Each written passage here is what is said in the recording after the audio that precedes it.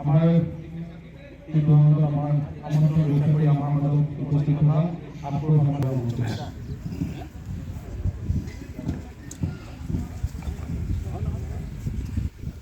ভাৰতীয় জনতা পাৰ্টি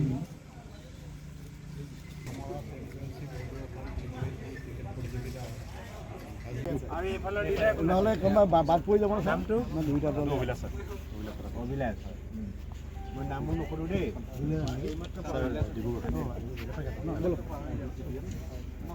চিনাকি হোৱাৰ লগে লগে আমাৰ উদ্যোক্তাসকলক আমি অনুৰোধ জনাইছোঁ যে আমাৰ বিশিষ্ট অতিথিসকলক আমাৰ পিছলৈ নি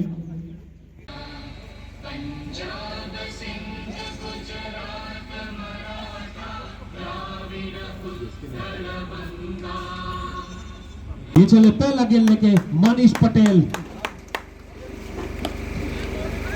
तो पहले ही गेंद अच्छी तरीके से बैट पे आया लेकिन कोई रन नहीं मिलेगा। पहला गेंद इस আমি সমূহ ক্ৰীড়াপ্ৰেমী ৰাইজক আমি আন্তৰিক অভিনন্দন জ্ঞাপন কৰিছোঁ। আজি আমি মাহমৰা চেম্পিয়নশ্বিপ 2025 আৰু 26 আজি প্ৰথম দিনাৰ আমি কাৰ্যসূচী ইতিমধ্যে আৰম্ভ কৰিছোঁ। আমাৰ ডিব্ৰুগড় BCPL আৰু দুলীয়াজান ফ্ৰীডম দুইটি অসমৰ আগশাৰী দুইটি দলে বৰ্তমান আমাৰ মেটচখন চলি আছে।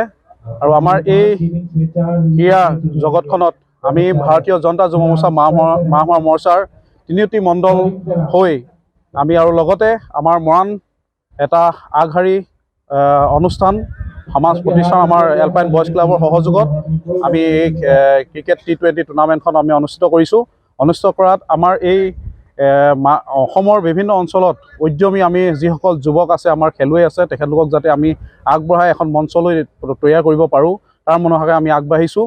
এই ক্ষেত্ৰত আমাৰ মাহমৰা সমষ্টিৰ সন্মানীয় বিধায়ক তথা অসম চৰকাৰৰ কেবিনেট মন্ত্ৰী যোগেন মোহন ডাঙৰীয়াৰ পৃষ্ঠপোষকতাত আৰু আমাৰ তেখেতৰে সুসন্তান তথা উদ্যমী তথা যুৱ ক্ৰীড়া সংগঠক আমাৰ সমীৰ মোহনৰ ব্যৱস্থাপনাত আমি আজি খেলখন অনুষ্ঠিত কৰিছোঁ। যাতে আমাৰ এই খেলখন সফল সমাপ্তি হয় সেয়া আমি সমূহ ক্ৰীড়াপ্ৰেমী ৰাইজ তথা আমি সকলো আমাৰ ইয়াত আহি উপস্থিত হোৱা সমূহ ৰাইজৰ পৰা আমি সহযোগিতা বিচাৰিছোঁ। 16টা টিম আছে আমাৰ। আমি ভাবিছোঁ 10-12 দিনত আমাৰ খেলখন সমাপ্ত হ'ব। প্ৰতিকূল বতৰৰ ওপৰত নিৰ্ভৰ কৰিব। পুৰস্কাৰ আমাৰ ফাৰ্ষ্ট পুৰস্কাৰ আমাৰ চেম্পিয়ন আছে আমাৰ 1 লাখ, তাৰপৰা ৰানাৰ্ছ আপ আমাৰ 50,000 আৰু man of the series man of the match এইবিলাক আছে।